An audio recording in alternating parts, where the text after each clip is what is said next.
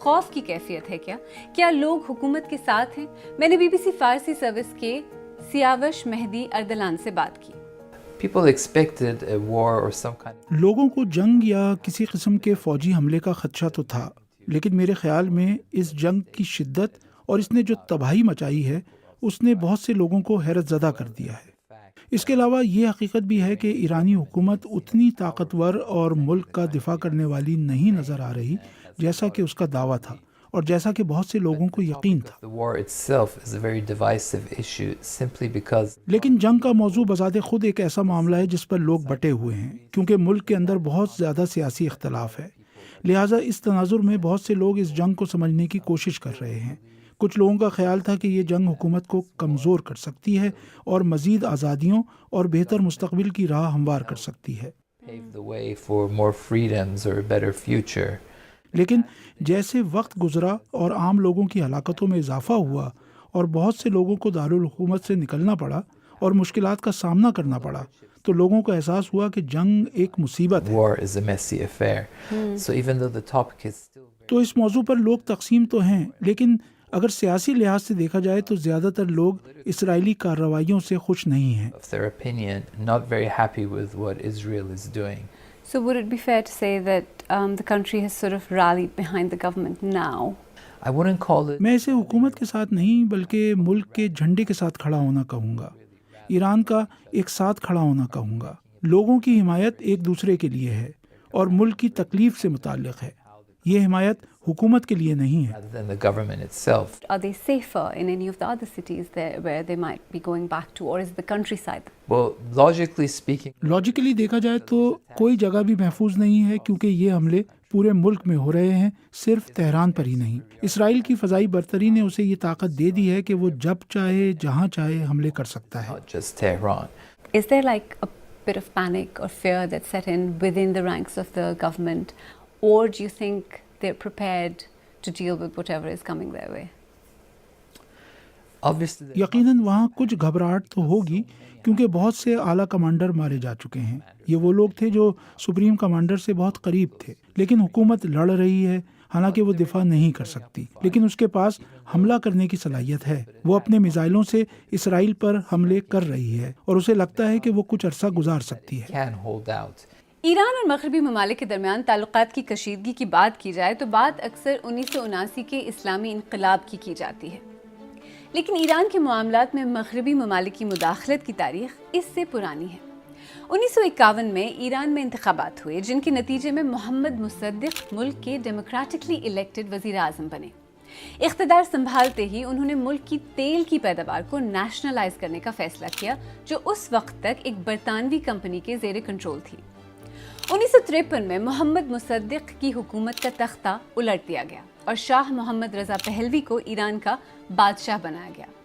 2013 میں امریکی خفیہ ادارے CIA نے کچھ دستاویزات ریلیز کیے جن میں پہلی بار اس بات کا اعتراف کیا گیا کہ محمد مصدق کا تختہ الٹنے میں امریکہ کا کلیدی کردار تھا. پھر اسلامی انقلاب کے فوراً بعد جب امریکہ نے معزول شاہ پہلوی کو نیو یارک میں کینسر کے علاج کی اجازت دی تو تہران میں بڑے پیمانے پر مظاہرے شروع ہوئے، جن کے نتیجے میں امریکی سفارت خانے پر دھاوا بولا گیا اور سفارتکاروں اور سٹاف کو 400 سے زیادہ دنوں کے لیے یرغمال بنایا گیا. اس کے بعد ہی امریکہ نے ایران پر سینکشنز لگا دیے تھے. ماہرین کہتے ہیں کہ امریکہ اور ایران کے تعلقات اس ہاسٹیج کرائسس سے اب تک ریکور نہیں کر پائے ہیں.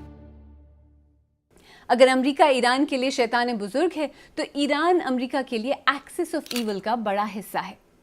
جہاں تک اسرائیل کا سوال ہے تو ایران نے کبھی اسرائیل کو تسلیم ہی نہیں کیا.